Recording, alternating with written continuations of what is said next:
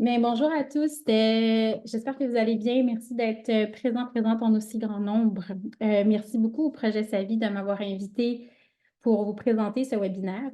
En fait, comme Isabelle vous l'a dit, là, ce que je vais vous présenter aujourd'hui, c'est issu des résultats du postdoc que j'ai réalisé avec le Projet Savi entre 2020 et 2022.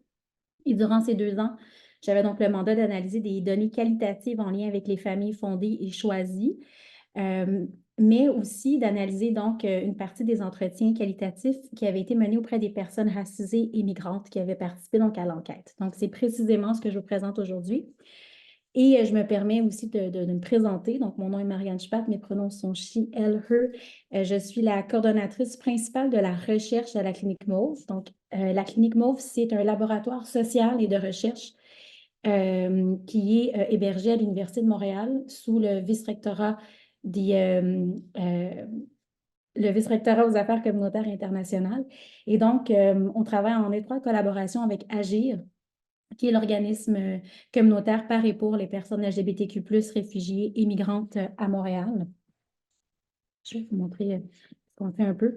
Et donc, on fait de la recherche, on offre des formations et on offre aussi des services cliniques aux personnes LGBTQ+, migrantes et racisées.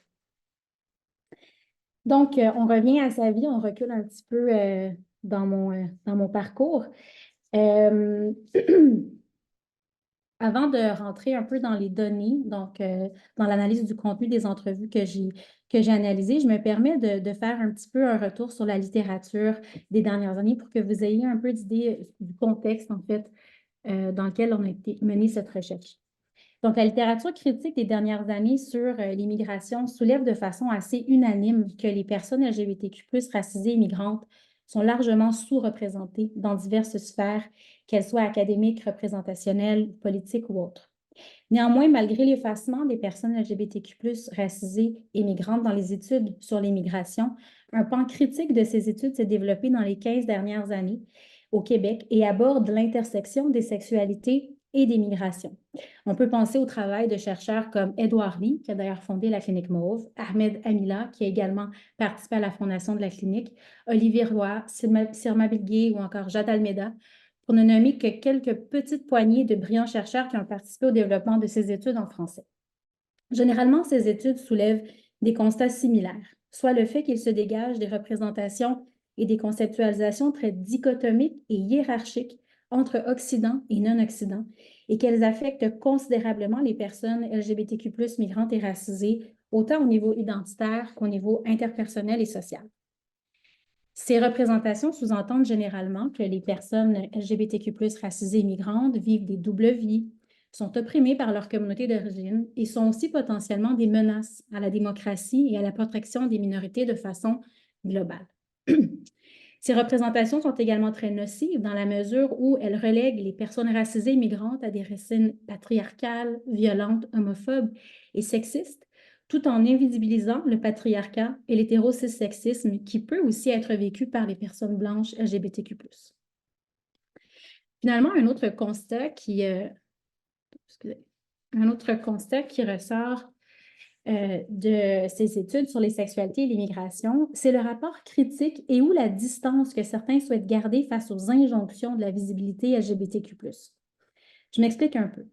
Non seulement les minorités sexuelles et de genre racisés et migrantes ne vivent pas toujours les sexualités selon les codes hégémoniques de la sexualité blanche, mais aussi le fait de vivre cette sexualité avec des codes différents, tels que le fait de ne pas toujours nommer sa sexualité ou de la vivre de façon tacite, vont être des stratégies identitaires qui ne seront pas toujours comprises par la majorité blanche. Pourtant, le maintien de ces stratégies, qui sont souvent vues comme des signes d'oppression, de soumission, voire d'abnégation face à la communauté ethnique, peuvent au contraire permettre à ces personnes de conserver des liens avec leur communauté d'origine. Des liens qui d'ailleurs sont essentiels à leur stabilité financière, émotionnelle et psychologique, notamment parce qu'elles sont des personnes racisées et migrantes et parce qu'elles vivent d'importantes formes de marginalisation qui les gardent en marge des milieux blancs. Bref, il semble se dégager une incompréhension une incompréhension des enjeux de racisme et de la nécessité de garder des liens intracommunautaires et transnationaux pour les personnes LGBTQ+, migrantes et racisées lorsqu'on tente de mieux comprendre leur articulation identitaire dans la littérature. Donc, ces quelques constats qui ressortent des dernières années, des dernières recherches, me permettent simplement de mieux cibler le contexte dans lequel cette recherche a été menée et de ne pas perdre de vue les barrières auxquelles font face ces personnes dans leur parcours. Si je saute un peu je vous parle un peu du cadre théorique et méthodologique. Donc, le projet SAVI s'est appuyé sur les trajectoires de vie pour cerner les effets du contexte socio-historique dans lequel les personnes concernées ont vécu leurs expériences de minorisation. Ce cadre théorique est particulièrement intéressant au Québec puisque notre province a obtenu des reconnaissances légales et sociales importantes dans les dernières années, présentant le Québec comme un pionnier pour les droits des personnes LGBTQ+. On peut penser à la loi 84, par exemple, en 2002, qui a permis, avant plusieurs États dans le monde, aux couples de femmes lesbiennes d'avoir accès à des cliniques de fertilité et d'obtenir la reconnaissance légale de la double filiation de leurs enfants dès la naissance. On peut aussi penser au mariage pour les couples de même genre, qui est passé en 2005 au Canada, bien avant d'autres pays dans le monde. Malgré ces avancées juridiques qui ont un impact indéniable sur la reconnaissance des personnes LGBTQ+, notamment pour leur inclusion au sein de grandes institutions comme la famille et le mariage, ces reconnaissances ont également pu être instrumentalisées pour réitérer une vision blanche de l'identité québécoise. Si on pense par exemple à la loi sur la laïcité ou encore la Charte des valeurs, qui affectent directement les personnes racisées. Ces projets de loi et ou ces mesures ont été mis de l'avant en rappelant que le Québec était un État moderne qui favorisait la reconnaissance et la protection des personnes LGBTQ+, et des femmes, et que tout marqueur visible à la religion ou encore toute personne provenant de pays non occidentaux qui ne partageait pas cette vision des genres et des sexualités était une menace à la démocratie et à la liberté de notre nation. Ces mesures cherchant à valoriser la laïcité du Québec en s'appuyant sur des droits des personnes LGBTQ+, et en y opposant nécessairement les personnes racisées et migrantes, et particulièrement arabo-musulmanes dans le contexte québécois, ont un impact indéniable et dommageable sur les personnes racisées. En fait, on peut même constater comment l'association des représentations entre sexisme et islam constitue un des piliers de l'islamophobie. Si je vous dis ça, c'est parce que penser au racisme et particulièrement à l'islamophobie, c'est nécessaire lorsqu'on s'intéresse au parcours des personnes LGBTQ+, migrantes et racisées, dans la mesure où les personnes provenant de l'Afrique du Nord, du Moyen-Orient et de l'Afrique subsaharienne font partie des groupes les plus ciblés pour immigrer au Québec, notamment à raison de la maîtrise du français, mais subissent en même temps le taux de chômage le plus élevé dans les 5 premières années qui suivent leur immigration. Pour ce qui est de la métho, donc, il y a le recrutement des personnes qui ont participé au volet qualitatif du projet SAVI. Il y a eu un recrutement important à travers la province. Et dans l'échantillon que je vous présente aujourd'hui, on note la présence d'une diversité des identités et des pays d'origine. Donc, des personnes provenant des Caraïbes, de l'Amérique centrale, du Sud, de l'Asie de l'Est, de l'Afrique du Nord et de l'Afrique subsaharienne. Le nombre des personnes qui correspondaient aux critères d'inclusion pour mon analyse, donc le fait d'avoir immigré d'un pays du Sud global, le fait d'être une personne racisée et d'être une minorité sexuelle et de genre, était de 21 personnes. Spécifiquement, on avait 8 personnes qui avaient immigré durant l'enfance ou l'adolescence avec leurs parents et 3 d'entre eux avaient été adoptés par des parents européens ou canadiens. 13 avaient immigré durant la vie adulte. La moyenne d'âge était de 33 ans. Une seule participante était une personne réfugiée et les autres avaient immigré pour des motifs de travail, d'études ou encore avec leurs parents, comme j'ai dit. 7 participantes étaient des femmes cisgenres, 5 étaient des hommes cisgenres, 4 étaient des personnes trans et 5 étaient des personnes qui s'identifiaient comme non-binaires. Une personne s'identifiait comme hétérosexuelle, 7 lesbiennes, 4 gays, 5 comme queer et queer ou pansexuel et 5 autres comme bisexuels. Je plonge à présent dans les résultats. Les résultats que je vous présente aujourd'hui sont disponibles, comme Isabelle l'a dit, dans un article qu'on a publié l'année dernière dans la revue Journal of International Migration and Integration, qui s'intitule, un peu comme le titre de ma conférence aujourd'hui, mais en anglais, Resistance Strategies and Identity Reappropriation of LGBTQ+ Migrants in Québec. Tout d'abord, autant les participants qui ont immigré à l'enfance que celles qui sont venus en tant qu'adultes pour le travail et ou pour les études ont partagé un rapport ambivalent à la notion de sécurité et d'intégration. D'un côté, certains mentionnent être reconnaissants de pouvoir vivre une sexualité et ou une identité de genre non conforme, mais en même temps trouvent difficilement des espaces où leurs identités multiples peuvent cohabiter. Des sentiments d'isolement et d'effacement sont souvent présents dans leur discours. On a l'exemple ici. Oui, c'est vrai qu'on a de la chance d'être au Québec, un des premiers endroits à accepter le mariage gay. Je veux dire, c'est quand même vraiment beaucoup. En même temps, c'est difficile pour moi de fitter en tant que personne asiatique et queer. J'ai l'impression que je ne me trouve pas dans un groupe. C'est difficile de trouver un groupe d'appartenance de gens comme soi parce qu'il n'y en a pas vraiment. Et puis bon, j'ai aussi vécu des choses racistes. On me rappelle toujours que je viens d'ailleurs. J'ai l'impression que le Québec est tellement obsédé par la différence ou fasciné par la différence qu'ils remettent la différence des gens tout le temps dans leur face. Donc, c'est difficile de se sentir inclus. On ne peut pas être l'autre et faire partie du groupe en même temps. Certains participants ont aussi parlé de la distance qui s'est installée dans leur pays d'origine. Cette distance est parfois nécessaire, mais elle peut aussi être douloureuse. Contrairement au narratif conventionnel de l'immigration, qui la présente souvent comme un processus linéaire qui a sauvé la personne migrante de son pays archaïque et dangereux, les personnes qui ont immigré soutiennent que cette distance vient avec beaucoup de douleur et aussi avec la perte d'un réseau qu'ils n'arrivent pas toujours à reconstruire ici, mais qu'il est difficile de parler de cette perte et d'être compris, comme s'ils devaient toujours être redevables envers le pays qui les a accueillis. On a Ludovic qui nous dit: j'ai quitté le nid familial de Montréal en utilisant ma demande d'admission à l'université comme prétexte parce que je savais que j'étais gay. J'ai été à l'Université Laval, à Québec. J'ai commencé l'université, premier vrai chum. Je pars en appartement tout seul, c'était vraiment excitant. Je voulais connecter avec des gens LGBT, mais aussi des personnes racisées. J'ai fait des rencontres, puis je me suis trouvé un travail en région. Mais j'ai voulu revenir à Montréal parce que j'étais très malheureux où je vivais. J'étais isolée.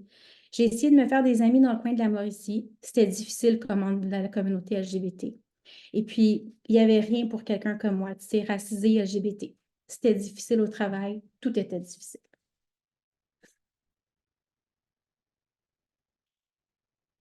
Si je parle plus directement des personnes qui ont immigré à l'âge adulte et donc sans leurs parents, certains d'entre eux ont parlé des stratégies qu'ils mettaient en place lorsqu'ils étaient en contexte pré-migratoire. Ces stratégies peuvent être du code switching et ou le fait de dissimuler leurs relations non hétérosexuelles. Ce qui a été partagé dans plusieurs entretiens, c'est le relâchement et l'effet de liberté qui vient avec le fait de pouvoir vivre plus ouvertement sa sexualité ici, mais également la complexité d'immigrer dans un nouveau contexte dans lequel on ne connaît pas tous les codes, où on peut vivre de l'isolement et où on ne sait pas si on va vraiment pouvoir rester et s'ancrer. J'aimerais retourner chez moi, mais tant que c'est criminel, je ne retourne pas.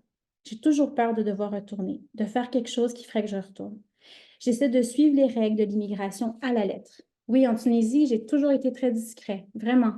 Ça se traduisait par contrôler sa façon de marcher, contrôler sa façon de parler, contrôler quoi dire, contrôler où aller et contrôler le fait que ce qui se passe à l'école ne résonne pas chez nous pour qu'il n'y ait pas de doute ni rien. Donc, si je vivais du harcèlement à l'école, je n'allais pas porter plainte. J'essayais de marcher de façon virile, parler aussi et de savoir ce que je disais, où aller. C'est-à-dire que je m'assurais d'aller dans des endroits qui étaient moins... Je devais aller dans des endroits où je risquais pas qu'on se moque de moi, surtout si on était efféminé, parce que c'est ça qui laisse penser aux autres qu'on est gay. Ces données qui parlent des difficultés vécues dans les pays d'origine, mais aussi des défis qui sont liés au fait d'immigrer dans un contexte qu'on ne connaît pas et où il est possible de vivre de nouvelles formes de marginalisation, soulèvent l'importance de développer des nouvelles relations significatives une fois arrivé au Québec. Il y a ce désir de trouver un entre-soi qui nous comprend et avec lequel on peut défaire des blessures et des expériences traumatiques. Malgré ça, bien que certaines personnes LGBTQ+, racisées et migrantes ressentent le besoin de construire des liens forts avec des personnes qui partagent leurs expériences, la famille et le réseau qui restent dans le pays d'origine ne sont pas nécessairement mis de côté ou oubliés. Au contraire, il y a souvent ce besoin de conserver des liens transnationaux, notamment pour ne pas perdre tous ces repères identitaires et parce que la famille d'origine peut aussi répondre à des besoins affectifs et fondamentaux. Dans les cas où les personnes migrantes ne sont pas out dans leur famille, il peut y avoir une forme d'hypervigilance qui se dégage face à leur famille qui est restée au pays d'origine. Cette hypervigilance va se traduire par une vérification de ce qui est partagé, par exemple, sur les réseaux sociaux, notamment pour s'assurer que la famille ne vivra pas de jugement. La préservation de l'honneur et de la sécurité des familles qui sont restées dans le pays d'origine sont des postures et des réalités qui ne sont pas toujours comprises par les personnes blanches qui n'ont pas vécu l'immigration, notamment parce que le fait de garder le silence ou encore le fait de ne pas tout partager à sa famille peut être vu comme un manque d'intégrité ou encore comme une oppression. Pourtant, plusieurs personnes qui sont dans cette situation sont en mesure de dire qu'il s'agit plutôt d'une stratégie qui leur permet d'être plus libres et de ne pas perdre une partie de leur identité qui est importante et structurante à leurs yeux. L'exemple de cette participante montre bien ce point de vue. Je n'avais pas encore dit à ma famille, et moi, ma peur ultime jusqu'à aujourd'hui, même si elle a diminué, c'est que ça se rende au Maroc. Que ma famille soit atteinte parce que moi, j'en ai rien à foutre, en fait. Je suis ici, je suis loin. Mais que mes parents soient, je ne sais pas, frappés par la honte ou l'humiliation à cause de moi, ça, je ne pourrais pas. Moi, je fais ce que je veux ici. Donc, je fais attention par rapport à tout ce qui serait lié au Maroc. J'essaie de ne pas trop m'exposer pour pas que ça se rende jusque-là. Un autre résultat qui me semble vraiment important de partager, c'est l'expérience des personnes trans et non-binaires. Évidemment, les expériences des personnes LGBTQ+ ne peuvent pas être comprises de façon homogène, et cet argument est valable également pour les personnes qui sont racisées. Les personnes trans et non-binaires racisées font partie des groupes de personnes qui vivent les plus grandes formes de violence de manière générale dans leur parcours. Que ce soit dans leurs relations interpersonnelles ou dans leur rapport aux institutions, la violence est une réalité qui les concerne de manière disproportionnée face aux personnes LGBT. Dans plusieurs cas, la présence de familles choisies en contexte post-migratoire pour les personnes trans et non-binaires racisées est tout simplement vitale. On le voit d'ailleurs dans cette citation que malheureusement, je ne prendrai pas le temps de lire parce qu'il y en a trop, mais donc c'est cette personne trans qui est venue, qui a déménagé au Québec et qui a pu se faire une famille choisie quand elle était au Mexique avant et qui a trouvé des façons de retrouver une famille choisie avec des femmes trans racisées, hispanophones surtout, et qui parle aussi un peu de la déqualification professionnelle, en tout cas des enjeux qu'elle a vécu au niveau du travail. J'y reviendrai dans quelques instants. Les questions liées à la visibilité et au dévoilement de sa transidentité s'appliquent aussi aux personnes trans et non-binaires. Alors qu'on peut s'imaginer qu'il est plus complexe pour une personne trans qui prend des hormones, par exemple, ou qui vivra des changements au niveau de son apparence physique, de dissimuler sa transition à sa famille, il est aussi possible de choisir de prendre son temps et de se dévoiler de façon progressive. Dans certains cas, la distance géographique peut agir comme un facteur de protection qui permet ce dévoilement progressif ou partiel. On le voit dans cette citation donc de cette personne trans, cette femme trans d'origine brésilienne, qui a dit progressivement à sa famille qu'elle entamait un processus de transition et qui maintenant souhaite rentrer pour retrouver son enfant et donc va devoir être exposée de façon plus frontale à la réaction de sa famille, mais qui s'est quand même donné le droit, qui avait comme de l'agentivité dans sa décision de se dévoiler progressivement face à sa famille. Le dernier résultat que j'aimerais mettre de l'avant, c'est celui de l'idéalisation du parcours migratoire. Donc, les témoignages recueillis auprès de ces 21 personnes provenant toutes des pays du Sud appuient plusieurs études menées dans les dernières années qui remettent en question l'idéalisation du Canada comme un endroit pleinement sécuritaire. Les participants ont tous reconnu avoir vécu différentes formes d'exclusion sur la base de leur appartenance ethnique ou raciale. Plusieurs ont témoigné de la méfiance que certaines personnes blanches ont manifestée envers elles. Cette méfiance s'explique notamment par une présomption à l'homophobie internalisée envers certains nouveaux arrivants, notamment les personnes provenant du Maghreb, du Moyen-Orient et de plusieurs pays d'Afrique subsaharienne. Parallèlement, certains participants ont parlé du racisme qui est également vécu au sein de certains milieux LGBTQ+. Certains ont parlé des stéréotypes ethnosexuels dépréciatifs qu'ils ressentent à leur endroit et qui sont présents de façon qui sont présentés de façon banale comme des entre guillemets préférences sexuelles, alors que ce sont des comportements racistes. Certains participants ont partagé le fait de s'être sentis objectifiés dans divers milieux, comme sur des sites de rencontres. Leur témoignage nous rappelle la persistance d'un racisme sexuel qui demeure invisible et peu abordé dans les communautés LGBTQ+, mais qui a néanmoins une incidence sur la santé mentale de ces personnes et qui augmente considérablement le sentiment de solitude et l'estime personnelle. Donc, on avait Nassim qui parlait vraiment de, de racisme sexuel qu'il rencontre, qu'il vit sur les sites de rencontres. La présence de biais culturalistes qui réduisent les personnes racisées immigrantes à des personnes fermées qui ont sûrement intériorisé beaucoup d'homonégativité, jumelées aux expériences de fétichisation vécues par certains d'entre elles, nous permettent de mieux comprendre l'ambivalence des parcours migratoires. Ces expériences dépréciatives impactent aussi leur accès au marché du travail. Comme vous l'avez vu dans la citation que je n'ai pas pu lire malheureusement de Maria, mais comme j'ai dit aussi au début de la présentation, une proportion significative des personnes provenant des pays du Sud vivent une déqualification professionnelle en immigrant au pays, malgré le fait qu'ils ont été choisis pour immigrer sur la base de leur expérience professionnelle et parfois linguistique. Cette déqualification touche fortement les hommes et les femmes hautement scolarisés et provenant des pays du Maghreb. Ces données ne sont pas anodines et nous montrent en fait que les expériences de minorisation que vivent les personnes racisées dépassent largement leur sexualité.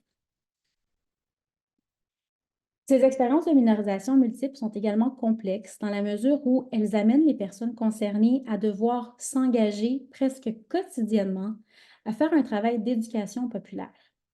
Les participants nous ont partagé qu'ils ressentaient souvent l'obligation de frayer des chemins et de devoir constamment s'expliquer. Ce travail de sensibilisation, jumelé à la dénonciation des microagressions qui les incombent, ont un coût émotionnel sur elles. Certains ont d'ailleurs parlé de la fatigue de devoir toujours être en mesure de répondre, de se défendre et d'expliquer aux autres leur parcours. Cette situation les place dans une certaine ambivalence face aux autres, notamment parce qu'ils ne ressentent que très rarement la possibilité de se déposer, d'être accueillis pleinement, sans avoir à s'expliquer. Donc, je vais lire la dernière citation qui dit « Il y a beaucoup d'ignorance. Les microagressions, c'est souvent d'ignorance, mais c'est vraiment pénible à la longue quand même. On ne comprend pas toujours que ma famille m'accepte. On me questionne constamment. On me demande à tous les jours d'où je viens. Je comprends que ça puisse intéresser les gens, mais ça me rappelle aussi que je suis différent et que je n'appartiens pas au groupe. Jamais. C'est épuisant. » Donc, en conclusion, on reconnaît que l'analyse des parcours des personnes LGBTQ+, migrantes et racisées qui ont participé à l'enquête Sa vie, bien évidemment, ne pourrait pas être interprétée en vase clos ou en ignorant les effets imbriqués du racisme et de l'hétérosexisme qui vont se manifester à divers niveaux. Malgré le fait que ces personnes demeurent impensées, invisibilisées, et malgré le fait qu'elles sont souvent confrontées au fait de devoir choisir entre leur sexualité ou leur expérience en tant que personnes racisées et migrantes, ces personnes existent pleinement et entièrement. L'implication au sein de certains milieux communautaires, le maintien des relations avec les réseaux transnationaux, la proximité avec certaines personnes de leur communauté sont quelques-unes des stratégies que je vous ai présentées et qui ont été mises de l'avant par ces personnes pour essayer de garder un certain équilibre et un mieux-être dans leur parcours. Ceci étant dit, je dois reconnaître aussi que notre échantillon était principalement constitué de personnes qui avaient immigré dans des conditions plutôt favorables et que même si elles avaient connu certaines barrières au niveau professionnel, ne serait-ce que temporairement, il serait pertinent de continuer à développer la recherche pour comprendre les défis que vivent des personnes qui sont encore plus marginalisées, comme les personnes réfugiées, par exemple, LGBTQ+. Je pense que je vais m'arrêter. J'avais comme une petite ouverture, mais il reste comme juste 3 minutes. Puis je vous disais juste à quel point c'est important dans la recherche de continuer à vraiment s'intéresser aux personnes qui sont le plus dans les marges. Et puis que c'est vraiment intéressant aux personnes qui vivent les plus grandes formes de précarité, de marginalisation, qu'on peut vraiment avancer dans nos réflexions sur les inégalités, mais qu'en même temps, il faut réfléchir aussi aux façons dont on mobilise et on va chercher l'expérience de ces personnes-là pour ne pas les extraire, pour ne pas les instrumentaliser. Donc, il y a une réflexion aussi par rapport à la méthode et l'éthique auprès des personnes marginalisées quand on étudie leur parcours.